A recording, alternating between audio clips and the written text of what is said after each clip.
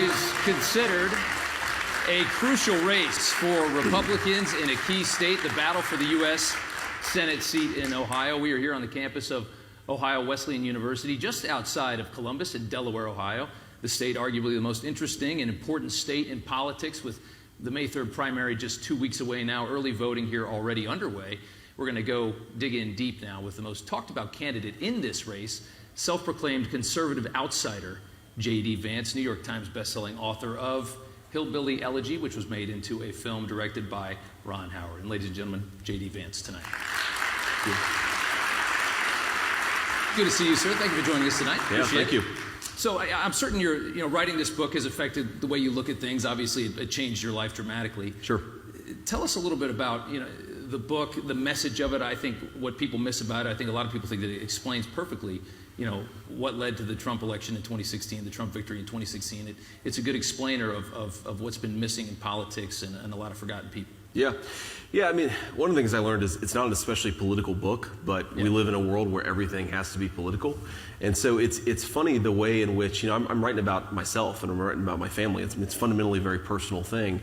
And it was so funny when the book came out, the way the media tried to sort of latch onto it as this political thing, try to explain Trump or try to explain anything else. And of course, pretty much all my family, we're sort of classic 40, 50 years ago, they were Kennedy Democrats, and now they're Trump Republicans. So I get that. I definitely get that there's some political relevance to it. But it was also kind of funny because it made me realize how little the mainstream media knew about my family and people like us.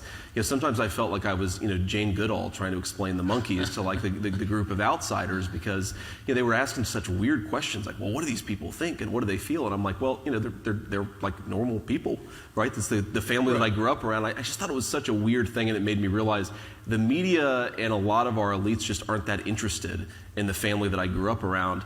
Maybe a book comes along every now and then to remind them that we're still out there, but most of the time they just don't care. Well, I think there's swaths of that population throughout the country. I mean, not just your family, but I mean, all sorts of different populations of people that aren't represented in Washington and places like New York that people don't see. Why is it that they miss that, and is that to their own detriment? I mean, it obviously, you talk about how your family was a different political party 50 years ago. I think there's a lot of those people in this country. And if you're ignored for long enough, you say, what the hell, we're going to try something new. Yeah, no, I think it's a huge mistake that people made. And look, all you had to do was open your eyes to see what was going on in the country. That's true today, by the way, in the same way that it was true 6 or 7 years ago. In the same way that we lost a ton of our manufacturing base, which devastated communities like mine. We basically shipped a ton of these good middle-class jobs off to China, off to Mexico. In that same way, we're having a terrible border crisis and a terrible inflation crisis, where if you just open your eyes and look at what's going on in the country, it's obvious for you to see. But the media spends so little time actually looking at what is the devastation caused by Biden's border policies. What's really going on when a used car goes up 40% in a year, or you can't put food on the table because ground beef has gone up $2 a pound. Like, those things are there for us if the corporate media is just willing to actually look at it, understand what's going on in the country. That certainly is. Going to go to a question now from Molly Wells. Hi, Molly. Hello, I'm a current student at Rutherford B. Hayes High School here in Delaware, and I'm also a first-time voter this year. So my question for you is, why should young voters like myself vote for you, and what makes you unique from the other candidates? Well, thank you for your question, and you're going to turn 18 by the primary, is that right? Yes. Okay, good. All right. Well, that's good, and I appreciate you being informed enough and actually interested enough to come here and ask the question. I guess a couple things, and you saw it in some of the other candidate debates and the other candidate forums, is I don't do talking points and I don't do slogans. It's clear when you watch some of these other campaigns, a consultant wrote a script and they're reading off of it. Actually, like literally sometimes at these debates, I will see them whip out a script and then go and read and deliver their lines when they actually get asked a question. I don't do that. I think it's disrespectful to voters, right? You should respect people's intelligence enough to actually answer the question and to actually have your values come through a little bit when you're trying to explain how you would approach an issue, like whatever it is, whether it's inflation or big tech or whatever is happening. And I also just think that the existence of this what is now turned into a town hall Every other candidate was invited here. This was supposed to be a debate. That's exactly right, yeah. One of the differences is that I'm not afraid to talk to voters, and I'm not afraid to actually answer tough questions. I think it's pretty cowardly and pretty pathetic that nobody else decided to show up. Nobody else had the respect for the voters to come to what is incredible for them. I mean, how many people are going to watch this who are going to vote in this primary? I think that if you're not afraid of answering tough questions, you come to a place like this. If you're terrified of tripping over yourself, if you're terrified that your values are not actually going to appeal to anybody, then you don't come to an event like this. And I think it's like I said, disrespectful to the voters and not how I've run this campaign. Understood. Thank you so much. Thanks, Molly. And for the perfect segue into my next question, because it's a tough question. Sure. And it's the question everybody asks when we talk about we're going to bring you up here. I want to talk about this complex relationship between you and Donald Trump. You just got the big endorsement. Obviously, that's very valuable in politics right now. The relationship wasn't always good. Just this week, there's been an uncovered Facebook message purports to show you jockeying between gauging Trump as potentially a cynical a-hole like Nixon, who could be useful, or potentially America's Hitler. Now, obviously, this was years ago. I want to give you a chance to explain your side of the story. Yeah, absolutely. I mean, I've been very open about this fact that I was not a Donald Trump guy in 2016. And I hate when politicians try to say, well, you know, I believe something I clearly did. Look, the tape is there, and I think I owe it to the voters to just be honest. I was not a Trump guy. I think a couple things really changed my mind. One is the president was the first person I've ever watched in a presidential office actually deliver on his promises, right? He said he was going to be the most pro-life president. He actually was, right? He actually delivered on tax policy, on China policy, all these things where I thought this guy's really doing great things. But also, I think Trump revealed a corruption in our country that without his presidency, we would have never seen. So think about 5-6 years ago, if you had told me, and I was naive, but if you had told me that the FBI would have spied on a U.S. presidential candidate, I would have said, no, that's crazy. That wouldn't happen. Mm-hmm. Now we know it actually did happen. Even the New York Times admits that the FBI got an illegal wiretap on Donald Trump. That corruption and the fact that so many powerful people tried to destroy the president made me realize, you know, there's something about this guy that's very important, that's very meaningful, and there's something about the movement that he's the head of that can accomplish great things for this country. Of course, I'm proud to have the president's support, and one of the things he told me is that very often it wasn't the people who were on board from the beginning, it's the converts who are actually the best defenders of his agenda. So I'm proud to have his trust and certainly proud to have his endorsement. And he doubled down on the endorsement again today, even after the story that I just told you guys about came out. He doubled down on the endorsement. He says you're the best chance to beat Tim Ryan, who's likely going to be your opponent. Sure. And I mean, you want to talk about the wiretap story. I still remember how everybody thought this guy is just clearly, I mean, that was from Washington, it was this man is clearly insane. It was a conspiracy. He's clearly insane. He's a conspiracy theorist. And to see years later that story pop up and end up being true, it does. It takes you to a place where you're like, wow, a lot of people didn't understand Washington was like That's that. right. And I think that, and no matter if you're Democrat or Republican, they had set up a system for themselves that they like very much. That's right. And when somebody comes in and breaks that system and breaks through the walls, it makes everybody very uncomfortable.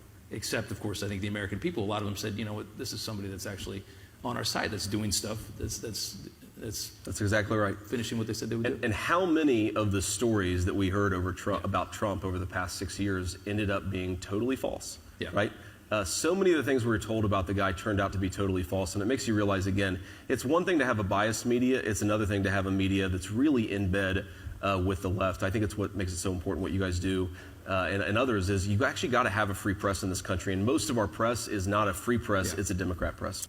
As far as in the state of Ohio, you're a bit polarizing here. Sure. There's a lot of people here that like you, and there's a lot of people here that kind of give you the crook eye and are thinking, who is this guy? He's this Yale guy that, you know, has these, you know, big connections, and he's, you know, he's not one of us any longer. How do you rectify that? What do you tell people when they question you? I mean, the first thing I say is, look, the only reason I ever left Ohio was to join the Marine Corps, right? Like a lot of young Ohio kids. My mamaw had 6 grandchildren, and 3 of us enlisted in the U.S. Marine Corps. I was the last. You know, I did my duty. I went to Haiti. I went to Iraq. And I think that, you know, this idea that, and frankly, it's a lot of my political opponents. They try to say, well, this guy isn't really from Ohio. Well, I spent my whole life here. You know, I went off to go to school and to go to law school, but I came back. I started a business here. My children were born here. At the end of the day, Ohio is my home, and that's the whole reason I'm doing this, is because I don't want my home to become a crappy place. I want it to be a good place. Right. And for it to continue to be a good place, to reverse what's been going on, we got to have good leadership. It's really that simple. Understood. Going to go to a question now from Gary Vest. Hello, my name is Gary Vest. I'm a retired police chief. I'm also a Air Force veteran. What I'd like to say, Mr. Vance, is I've read your book and have watched the Netflix movie. I grew up in housing projects in the Dayton area. As a United States Senator, how would you apply your life's experience to help the people of that are struggling in the Daytons and the middle towns of Ohio? Yes, sir. Gary, thank you for the question, and sounds like you've got an interesting life story yourself. I guess I think, the fundamental to me conservative insight or conservative value about the economy is that people prosper when they have good jobs that support families, not when they just sit at home and get a check from the government. What happened to Dayton and what happened at Toledo and Middletown and so many states is that our leaders decided we didn't need to make stuff here anymore. And so the steel that we rely on in our buildings, the computer chips that are in everything now, from appliances to phones to cars, the pharmaceuticals that our kids take, all of this stuff is now mainly made overseas by people who don't like us. But what happened is that a lot of middle-class communities lost the good jobs that support families. This is one of the reasons why Trump's trade policies, actually putting tariffs on some of the people who are doing business with the Chinese, is so important. Because you're never going to write enough government checks to make up for the fact that we used to be a proud country that made stuff. We've got to get back there again. It's important for our young fathers and mothers. It's important for the kids that see them go off to do a job instead of stay at home and draw a check. That, to me, is what you have to do, is rebuild the economy where we made things and we employed good middle-class Ohioans to do it. Thank you. Thank you, Gary. So I want to talk a little bit about drugs and about the border right now. Obviously, one of the biggest embarrassments this country has right now is the southern border. One of the most embarrassing things this administration has done is just effectively leave it wide open and pretend that it's not. You have this deadly drug, fentanyl, that pours into this country every single day and is killing people at a tremendous rate. It is killing young people at a tremendous rate. It is creating addiction problems and misery that we've maybe never seen from a drug. 50 times more powerful than heroin. Yep. Nobody seems to care, really, in Washington. That's I mean, right. everybody talks about it, and they give you the empty words, and the problem is not solved. We're making a fortune for the cartels, and we're bringing in poison into our communities. How do you make them care? I think you've got to, first of all, we've got to win an election, right? We've got to send a message that those of us who are running on this issue actually care about it. The game the media plays with the southern border is that the only reason they say that those of us in this room care about the southern border is why, right? Because we're xenophobes or because we're racist. This is the thing that they say constantly. And I always just respond, look, I know people who have had heroin overdoses. I know people who would be dead today if the fentanyl that's coming across the southern border were coming across the southern border 5-10 years ago. This poison is going to destroy us if we don't stop it. 3 quick things. First of all, we got to finish Donald Trump's border wall, right? It works in the areas where it's there. We know it works, but we got to finish it. Number 2, we need to declare those Mexican drug cartels a terrorist organization. They're the most dangerous group of thugs in the world. We got to do something about them. And the third is we got to ask ourselves, why are so many people wanting to come here illegally? A lot of them not bad people. Why are so many coming in the first place? Because we have the most generous welfare system in the world. We've got to stop giving welfare benefits to illegal aliens because that encourages people to take advantage of our laws, to violate our laws, and then take advantage of American generosity in the process. You do those 3 things, you reduce the amount of drugs, the amount of crime, the amount of sex trafficking that comes across that southern border. And all those problems that they somehow ignore every single day while they let this go on, all of the terrible stories that you hear. Title 42 is kind of the last line of defense right now. It's a COVID policy. Whether or not it makes sense it doesn't matter because it's the last thing we have. It's the last thread of coherent policy to secure our border. They're talking about getting rid of it. He's got Democrats begging him not to get rid of this policy. And now maybe they're rethinking or they're going to, I think today the big update was that they're going to make Congress do it, make Congress keep it in check or something like it in check. The idea that they were going to repeal this, I mean, what does that border look like if you have no security at all? We go from 200,000 illegal border crossings a month to 400,000, 500,000. It takes an invasion into the worst crisis maybe we've had in this country's history. I mean, you cannot possibly overstate what that does. It's good that the Democrats realize that they're going to get their tails whipped if this actually gets undone. Yeah. And look, it's not just the increase in the number of people that will come into the country. You know, one of the reasons we got Title 42 is because things like tuberculosis, diseases that have really not existed in this country for a century, are starting to come back in through that lawless southern border. How bad of a signal could you send to your own people if you're Joe Biden, if you're letting tuberculosis into your country because you won't enforce your own border? This guy, maybe the best thing you can say about him is that he clearly doesn't know what's going on. Because if he does know what's going on, he is an evil guy who is sanctioning an invasion of his own country. And he's not functioning. Go ahead, yeah. These are not his policies. You go back 15 years ago, he was one of the strongest for securing the border. That's right. And by the way, the parties were flipped. You go back, to be fair, 15 years ago, Republicans didn't care much about the southern border, and Democrats were all about securing it. And you had Hillary and Barack and Biden, and everybody was signing up for Secure Fence Acts in 2006, 2008. It's interesting how that's changed. Yeah. Some of the things that Bill Clinton said about the southern border in 1994, if he said it today, he'd get run out of the Democratic Party. It shows how radical these guys have gotten. This is really, really crazy. It's not even Bill Clinton's Democratic Party anymore. Yeah, that's right. Going to go to a question now from Dario Scott. Hi, my name is Dario. I'm a freshman, no, you're good, at Capital University. My question is, as a college student, I want to ask you, Mr. Vance, what would you do to stop Biden's inflation, which is truly hurting young people like myself and a lot of Americans? Yes, sir. Yeah, very important question. We could talk about this all night because I think, again, this is one of those issues, unless you get it under control, it's going to be with us for a generation. A couple of things. One of the main reasons we've got inflation is because Biden is spending way too much money, okay? Yeah. Way too much money. We got to stop the spending like a drunken sailor. Number two, most of the inflation that we're seeing, or at least a lot of the inflation, a big cause is the rise in energy prices. Because you don't just pay for energy at the gas pump, you pay for energy in all the goods that we buy. It takes energy to make that stuff, right? So we've got to open up America's energy economy, be the energy independent economy that we were when Donald Trump was president, right? This isn't ancient history that we had energy independence. And the third thing, Daria, I think affects your generation more than anybody else's, is one of the biggest things that's going up in price right now is housing for young people. If you're a young family trying to buy your first house, good luck in Joe Biden's economy. That's happening for a lot of reasons, but one reason it's happening is because we have let the Chinese come in and buy up American farmland and American single-family homes. We want to protect our people. We got to stop that practice right now. Thanks, guys. Thank you. When you look at energy, I think one of the myriad reasons that they have this terrible approval rating that they just can't get up past 35-40% on any issue, it seems. Yeah. You've taken energy and you've vilified it. You've taken coal, gas, oil, and you've vilified it to this point. You've reduced our production of it in this country, and then you see them go out to these other countries, a lot of countries that hate us, like Venezuela and Russia, and beg them for dirtier energy that we can bring in here and burn, energy that is dirtier than the energy that we would produce ourselves. So it makes zero sense whatsoever. It's a policy based on fairy dust. Yeah. It's incoherent. Yeah. Joe Biden will buy gasoline from Putin. He'll buy it from the mullahs in Iran. He'll buy it from the wackos in Venezuela. The one group of people that Joe Biden doesn't want to buy energy from is the middle-class Ohioan in Southeast Ohio. It's the craziest thing. Doesn't make any sense. But again, this is what happens when you let the left wing control your country. That's well said.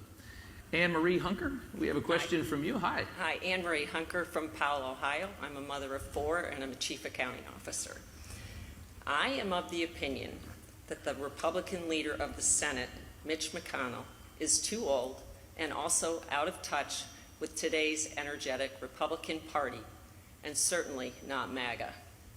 I believe that he would obstruct the implementation of MAGA policies should we regain control of the Senate. If you are elected as an Ohio senator, and if another qualified senator runs against Mitch McConnell for leader of the Senate, would you consider supporting that person? I consider it absolutely. Let me say a few things about this. First of all, I'm the only candidate in the race who's been willing to actually criticize the leadership, not just of the Democrats, but of my own party, and to do it by name. I'm the only guy in this race who's done it. Everybody else gets terrified and runs for the hills when they ask them to criticize either House leadership or Senate leadership. The second thing is a lot of it depends on who runs. Right at the end of the day, we got to see who's going to run. Would I vote for Mitt Romney over Mitch McConnell? No, I would not, especially after what we learned last year. So I think we need to see what happens, but more importantly, I think we need to send people who are unafraid to actually criticize the leadership of their own party. Right? The Senate used to be a place that functioned where even a freshman senator could propose a piece of legislation that was good for their constituents. We got to get back to that. We cannot have a functioning country when 3 people that 99% of the country never voted on control everything that happens. That's true of the bureaucracy. That's true of the Senate and House leadership. We got to get back to a basic constitutional republic, which is what we used to have in this country before a lot of our leaders screwed it up. Thank you. Ma'am. Thank you. So I want to switch. I want to talk about Ukraine for a second. Sure. Obviously, it's a story that just keeps going. We're watching this invasion continue on. Recent podcast with Steve Bannon, you said, quote, "I think it's ridiculous that we're focused on this border in Ukraine. I got to be honest with you, I don't really care what happens to Ukraine one way or the other." You took a lot of heat for that comment. Sure. I want to give you a chance to, do you still stand by those words?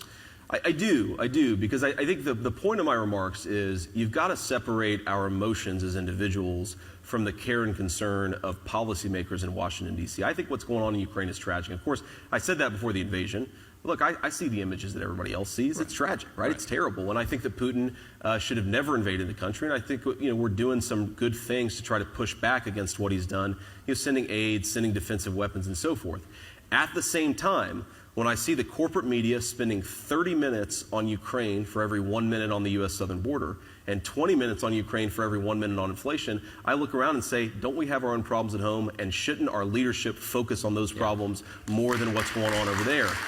That really is my point, and you're right, I've taken a lot of flack for it. Some of these candidates have gone so crazy on this, where they've proposed a European-led no-fly zone.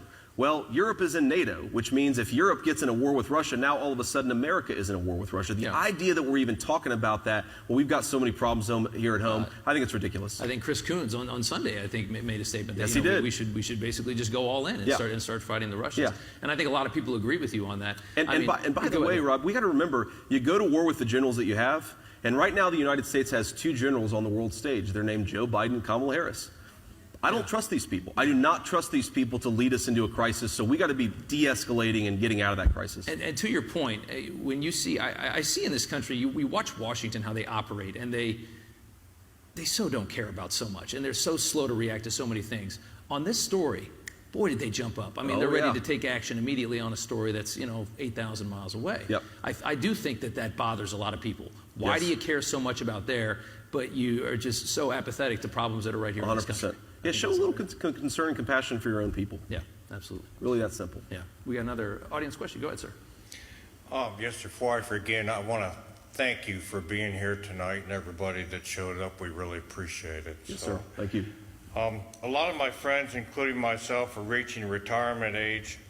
How will you work to help guarantee our Social Security benefits will not be reduced or taken away from us, along with the Medicare prices and benefits being increased? Yes, sir. Well, one of the big problems with Medicare is that we're paying so much for prescription drugs because our government is so in bed with the pharmaceutical industry, right? It is completely ridiculous. You've got people who paid into Medicare for 35 years, and now they can't get prescription drugs. And at the same time, the government is forcing people to take pharmaceutical products sometimes against their will. This is crazy, crazy stuff. I'll commit to you, sir. I'll commit to you, sir, that if you paid into Social Security, as so many American citizens have done, the benefits should be there. I will fight for them to be there. And part of the reason why so many people are trying to take them away is to make room for Joe Biden's spending priorities, okay? Just think about how crazy this is. They're talking about cutting people's Social Security benefits at the same time that they're providing medical care to hundreds of thousands of people who are breaking our laws. Who do we look out for first in this government? The U.S. citizens, the people who have made promises and have had promises made to them in return, or people who break our laws? It should be an easy answer, sir. Thank you. Thank you, sir. Appreciate it. We'll talk a little culture here for a second. Everybody's watching this, the trans in sports situation, Sure. how it's being reacted to. We're watching this former male, now female swimmer dominate these young girls that have been fighting their whole lives to win swim meets. I think it bothers a lot of people. Sure. Your stance on this? Yeah, look, I think it's very simple. We should not be letting biological males compete in sports with females. It's pretty simple. We got to protect people. Can we see some boos? Yeah. I've got some hecklers here, but I just addressed them. Look, I've got friends of mine who have kids who are going through gender identity problems, and they'll be the first to tell you it's unsafe and it's unreasonable to expect our young girls to participate against people who went through puberty as boys. And I think, by the way, for the Democratic Party that likes to fashion itself the defender of working people, why is it that the Democrats' policy on transgenderism is enriching the pharmaceutical companies and making life less safe and less secure and less enjoyable for our young girls? Riddle me that. Yeah, good point. Good point. I want to talk. If you win this seat, you're going to be going to Washington, which is a place that's full of career politicians and Yep. people that have, embedded themselves in there and figured out how to work the system a little bit for themselves. A lot of people have complaints about people like Nancy Pelosi, Sure. who's got a husband that seems to make a fortune, a woman that kind of knows what's going to happen tomorrow before a lot of us. And I think that bothers a lot of people. It certainly bothers me. It should. I want to ask you about term limits. And I want to ask you, as somebody that's obviously you've made some money, you've got investments. Yeah. What do you do about that? You win a Senate seat, all of a sudden you're privy to information that I'm not, that they're not. That's a good point. That's a very good point. One, on my own personal stuff, I think you got to put this stuff in a blind trust, so you don't really know what's going on, and you can't basically enrich yourself with the people's trust, right? Because you're right, I am going to know things ahead of other people. Two, very supportive of term limits, have promised everybody, I've signed the term limits pledge, will not serve more than 2 terms myself. But one other thing here is that one of the biggest sources of corruption is not just career politicians going there for 30 years and somehow they come out worth $50 million, right? I don't understand that math at all. But it's, and this is exactly what you're talking about, Rob. When people use their position of public trust to trade stocks using that public trust, right? The problem, the way that Nancy Pelosi gets rich is that she knows we're about to have a pandemic, and so she goes and buys up stock in pharmaceutical companies. Or there's a bill coming across her desk that's going to be bad for Google. She buys stock in Google and then votes that bill down. We've got to get members of Congress from trading stocks, because that's a big source of the corruption, as much as people serve in 30 years. And why is there that? I mean, why is there this acceptable, I talk about it on my show all the time, there's an acceptable level of corruption that we're all just supposed to be okay with. Yeah. I mean, you look at how many, and it's not partisan, it's Democrats, it's Republicans as well. These people go in and they're making a salary that's really not that impressive, and they come out filthy, stinking rich, and we're all supposed to just look the other way. Yeah. That really bothers people, because I mean, that is straight. I mean, these are the things that I thought you went to jail for, and it doesn't happen. Well, you go to jail if you're a normal person, but you don't go to jail if you're a politician. Look, another thing that happens here is, look, I can't, if I go and take a position of public trust, I can't have a corporation come in and pay me $3 million, but I can maybe have a member of my family go sit on their board and make a lot of money. There's a lot of basic corruption that if we got rid of in this country, we'd have a government that actually worked for the people. Understood. All right, we are going to go to a student question now. Go ahead, sir. Hello, sir. As a student voter, I'm concerned about my younger peers who may be facing discrimination. What are your thoughts on the proposed Ohio Don't Say Gay bill, and what might you do to defend the freedom for a diverse and equitable education of Ohio's children? Yeah, so, I think the media has called this thing a Don't Say Gay bill. And I think that it's one of the great successes in the media creating something where there wasn't anything before. The actual text of the Florida legislation that people call Don't Say Gay, what it says is you should not be able to talk about sexuality and gender identity with children who are K through 3, right? You're talking about 5, 6, 7, 8-year-old kids. That seems like a pretty good idea to me, right? I'm the father. And look, one of the most important diversities out there is diversity of thought, right? You and I might have similar views, we might have different views, but one of the ways you protect the ability of people to raise their children how they see fit is you ensure that parents are the ones talking to kids about this stuff, not teachers talking to 7-year-old kids, right? And as the father And as the father of a young kid, I mean, I've got a 4-year-old kid, right? He will be in kindergarten next year. The idea that my son wakes up and thinks that he's a dinosaur, right? The idea that my son can engage in conversations that are that mature is really ridiculous, which is why I think we shouldn't be teaching kids this stuff in public or private schools. We ought to let parents take care of it. And I think if you do that and you actually protect people's ability to think what they want to think and to teach those values to their children, that's how you protect diversity way better than teaching gender identity to a 7-year-old kid. That's my view. Thank you, sir. I'm very grateful for my transgender medical support. Okay. All right. Thank you for the question. You know, I mean, when we talk about this subject, I think what really irks a lot of people is, and it's not just on the trans bill, it was on the election bill in Georgia. You have these massive corporations that have all of a sudden decided we are going to become political and we're going to jump into this conversation. Corporations that make massive amounts of money from everybody in this country. And they've decided to jump in, and I know it's just got to be bold fear of this cancellation process, and they're worried about a few thousand people on Twitter that they assume is millions of people, and they're so wrong about that. That's absolutely right. And we conservatives, we got to wake up and realize what time it is, because we've got to fight back against the woke corporations as much as we've got to fight back against Joe Biden and the Democrats. Because if you are a multi-billion-dollar multinational corporation and you're in bed with the communist Chinese, you should not be censoring conservatives or affecting the public square. If you're a multi-billion-dollar company and you get, it's not just their customers are American taxpayers, it's they get a ton of special privileges. They get liability protections. They get subsidies. We should be willing to cut that stuff off if these corporations are going to engage in politics. We've got to stop bribing people with our own money who hate our values. It's really that simple, and Republicans got to wake up and realize what time it is. Yeah.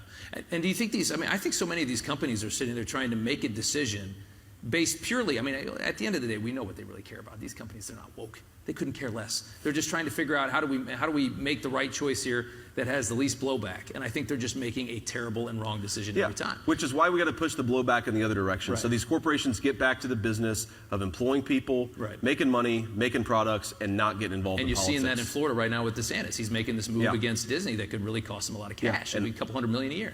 And DeSantis knows what time it is. Yeah, he understands. He does. I'm going to be a senator in the same vein.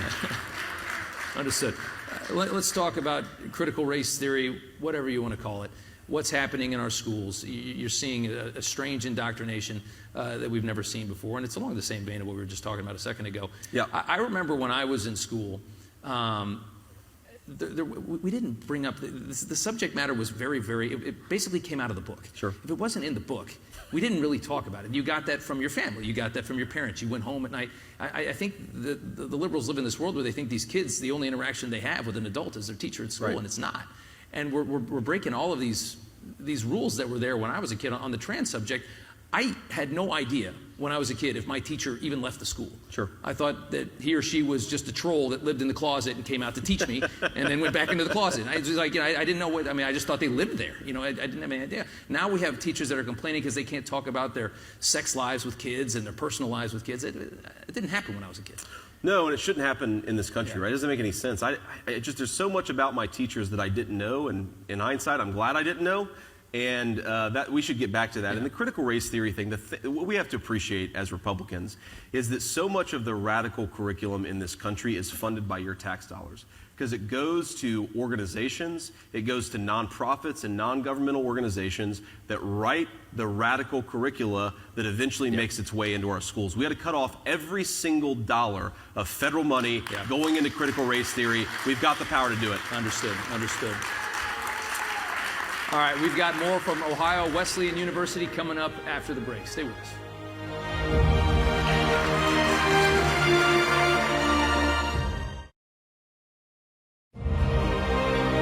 Welcome back to our Newsmax Town Hall event here at Ohio Wesleyan University, which is just north of Columbus, Ohio. I'm joined again by Republican Ohio Senate candidate J.D. Vance. Good to have you here, author of Hillbilly Elegy of great fame. I want to talk a little bit about big tech. I want to talk about Elon Musk, who suddenly just turned into this legend of a conservative in just the past couple of months.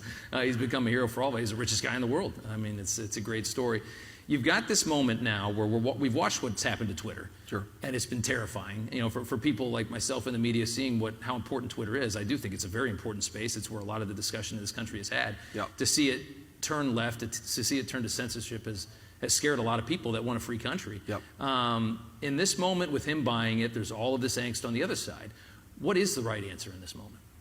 Well, I think we have to go back to recognizing that to have a real constitutional republic, you got to have an ability to speak your mind. That's what the First Amendment is all about. I mean, look, when Twitter kicked Donald Trump off the platform and Facebook did the same thing, it made you realize these companies have gotten way too powerful. Yeah. So, look, at an individual level, it looks like Elon's pretty right-wing now, so I'm a pretty big fan of him actually taking Twitter over, cleaning house and ending the censorship.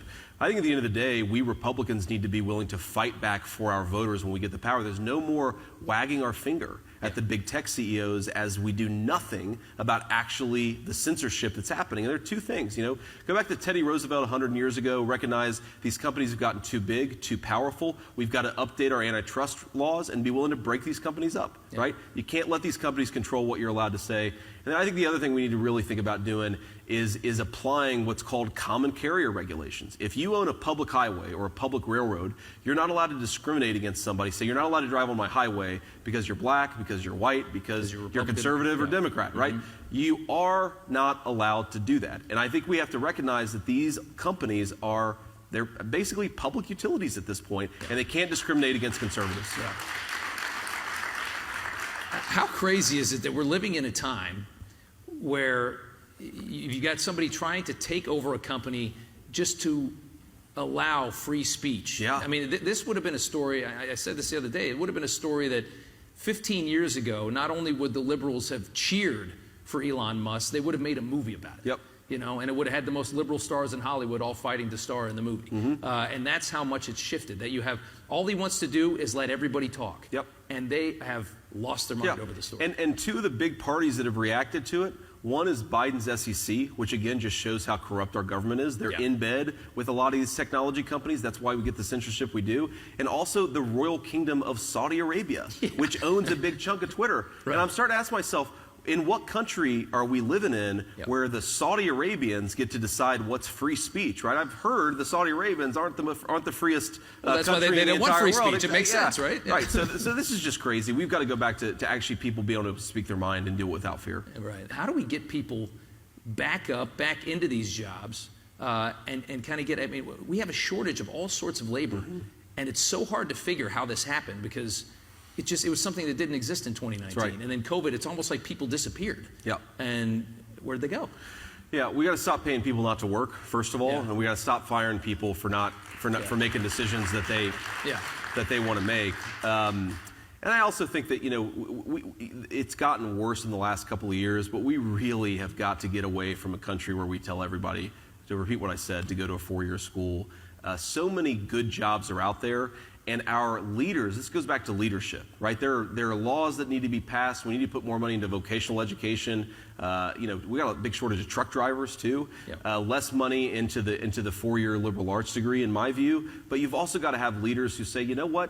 Working with your hands is a good thing, right? If you're supporting your family and you're doing something dignified and important, that is a good thing. So much of our leadership sends this message, even in the Republican Party, that we don't respect people unless they get a 4-year degree. That's got to stop. It's got to stop. It's gotta stop. Yeah, understood.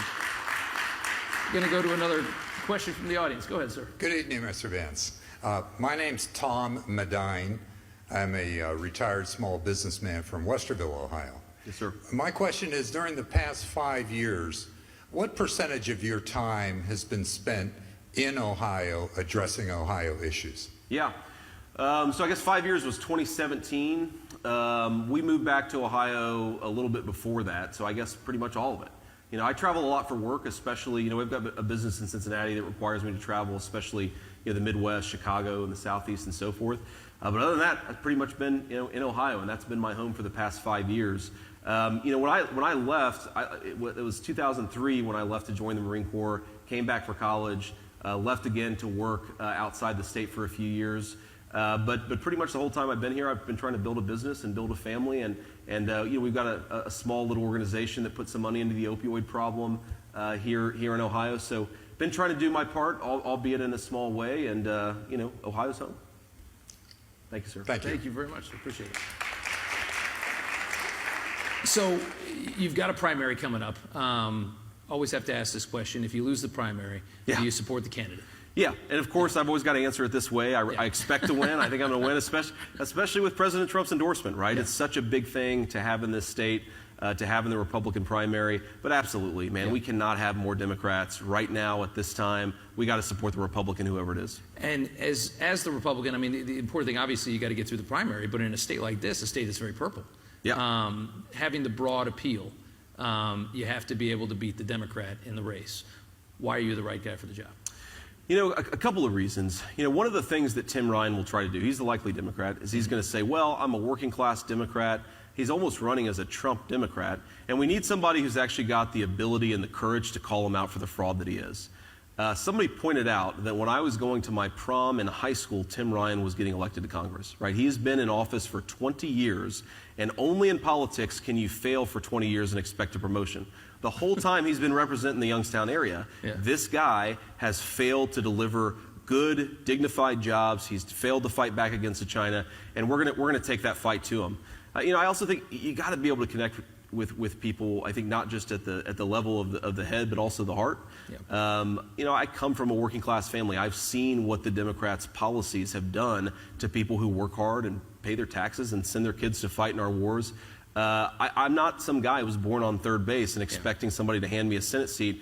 I know what a lot of Ohioans are dealing with, and I think that ability to connect is going to set us apart in the general election. We'll go to a question from the audience. Go ahead. Hi there, Mr. Vance. First of all, I want to thank you for coming here. This is a great educational opportunity for the students of Ohio Wesleyan and also just the general members of the community. So my name is Blake Johnson. I'm a freshman here at Ohio Wesleyan. I came from a similar background to you. So I grew up in Knox County, a pretty rural area. Sure. And that's why I was a little concerned when you made a comment, I believe it was off the air, about us all driving BMWs and being rich. That's not entirely what it looks like. There are other stories than just that. We were joking about your masked, blue-haired friends, not you. Okay. Well, I just wanted to ask you, in 2019, I was looking this up a little bit. So the median income for your hometown of Middletown was about $24,209 roughly for one person. Okay. You're worth about $7 million. You're an author. You're a venture capitalist. You attended Yale. You graduated from Yale, which you've made a lot of reference to. I just want to know, how can you claim to represent Appalachia while at the same time being so fundamentally disconnected to it? Not just Appalachia, but also people who attend a college like mine. Sure. Well, I don't think I'm so disconnected. I mean, I don't think Ohio Wesleyan, it's where you go to school, you go to school here. I don't think it's that different from Ohio State, right? That's where I went to college. Look, man, I'm not going to hide from the fact that I've been very successful and I've been very lucky. I've worked hard, but I've also, everybody I think gets a few lucky breaks.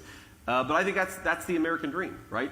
I don't think that there's anything wrong with wanting success for yourself, for your family, for your children. The question is, do you reach success and try to make sure that other people get those opportunities, or do you try to pull the rug out from underneath them, or try to kick the ladder out from over them? That to me is the real question. I think that you don't forget. The way that I grew up, you don't forget. I regret in a lot of ways, frankly, that my kids are going to have a much better life than me in some ways, but they're also not going to know some of the things that I knew growing up. And yeah, I've had some success, man, but I do not forget my mamaw negotiating with the Meals on Wheels person for a little extra food when things were really tight, right? I don't forget what it felt like when you have your community feel like it's going downhill. You can't even leave, your groceries outside your doorstep without a worry that something's going to go on. So I think I actually know a lot more about the struggles that normal people face than any candidate that's running in this race. And trust me, man, I don't forget it, and I will not forget it when I'm in the Senate. Thank you.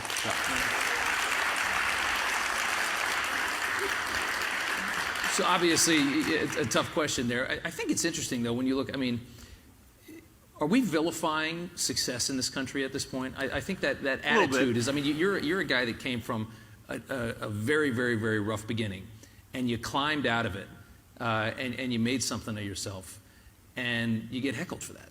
That doesn't make a lot of sense to me. It's not like you've been handed everything your whole life and you just waltzed into, millions of dollars. Yeah, the way that I think about it is, I talked to a guy once who was very successful and gave a lot of speeches to kids, some kids who had very rough lives, and he said, yeah, I'm rich and I want you to be rich too. right? I think that's an attitude that's very American, that we don't hate success. We want all of our fellow citizens to have a good chance and to actually have some opportunities out there. That's sort of the way that I think about it. But we shouldn't vilify success. I mean, what Elon Musk has done is incredible, right? The guy's building rockets that go to space. He's building energy companies that are going to make it easier for us, hopefully, to have a good future of American energy. Success is a good thing, right? The problem with America, the problem with Joe Biden's America, is there ain't nearly enough success, not that there's too much of it. Yeah, it is something. I mean, I can't remember where this quote came from. It's been years, but somebody once said, and it might have been a movie, I have no idea, but he said, they used to cheer for the guy in the limousine. Now they throw tomatoes at him. I mean, it's how we've changed that. It used to be that when somebody made it, it was a good story, and now there is just this. We've tainted that, and we've created this culture of, hatred for that person, and that jealousy has become insidious. I will say that most of the people that I grew up around, they're not jealous people. They don't look at other people's success and say, I hate you for it. They look at other people's success and say, I want some of the same opportunities, right? That's a very American attitude. I do think where you see the most people vilifying and attacking success, it's very often young liberals who are born into money and feel guilty about it and try to project that guilt on the whole society. Well, that's their business, but let's try to build opportunity for everybody in this country. Absolutely. Well said. Got a couple minutes left. Going to do a couple of fun questions with you. We'll start off with, obviously, big state, Reds or Indians? That's dangerous, especially in Central Ohio. I'm a Cincinnati guy, man. I'm Cincinnati sports all the way, so I love the Reds, but I'll root for the Indians, or I guess now it's the Cleveland Guardians, because one of my primary opponents changed the name to the Cleveland Guardians. So now I root for the Reds extra hard. Does anybody say, can we, extra hard, does anybody say the Guardians? Do people go with that? No. Or is it still the Indians? The guy in the Tim Ryan shirt does. There you go. All right, so you got to be a Bengals fan then too, right? Yeah, big Bengals fan. Not Browns. Yeah. Easier to be a Bengals fan. I've always actually rooted for the Browns too. In state, we've never really been that big of a rival because neither of us are usually that good. And I'm also more. But of the Bengals are good now. Yeah, but the Bengals are good now. We had such a good run, and I will remember the Bengals beat the Titans, I believe. The Titans 19-16. Because it was the Saturday that my mom celebrated 7 years clean and sober, and that was such a good day for me and my family. And all right, I'm the Bengals have a special place in my heart. Ask you one more question that everybody hates. What's the weirdest thing about you? Oh man, that's a tough one. Nobody wants to answer. I can eat a gallon of ice cream in one sitting. A gallon of ice cream. I mean, I'm like. Can anybody else here do that? Inappropriate. Anybody? That guy can do it. That's it. Gallon of ice cream? Yeah. That's pretty good. Well, I've plenty. If you give me 5 minutes, I can think of some good things. So I guess is the beard here to we're stay? Close to out of time. I got you. Is the beard here to stay? The beard's here to stay. My wife likes it, so the beard's here to stay. Then it's here to stay. Yeah, it's here to stay. Ask her what she thinks in a couple years. JD, thank you so much. Thanks, we Rob. appreciate it. See you, man. Thank you to our audience. Thank you to Ohio Wesleyan University. Thank you for all the questions, the hard ones too. We appreciate it.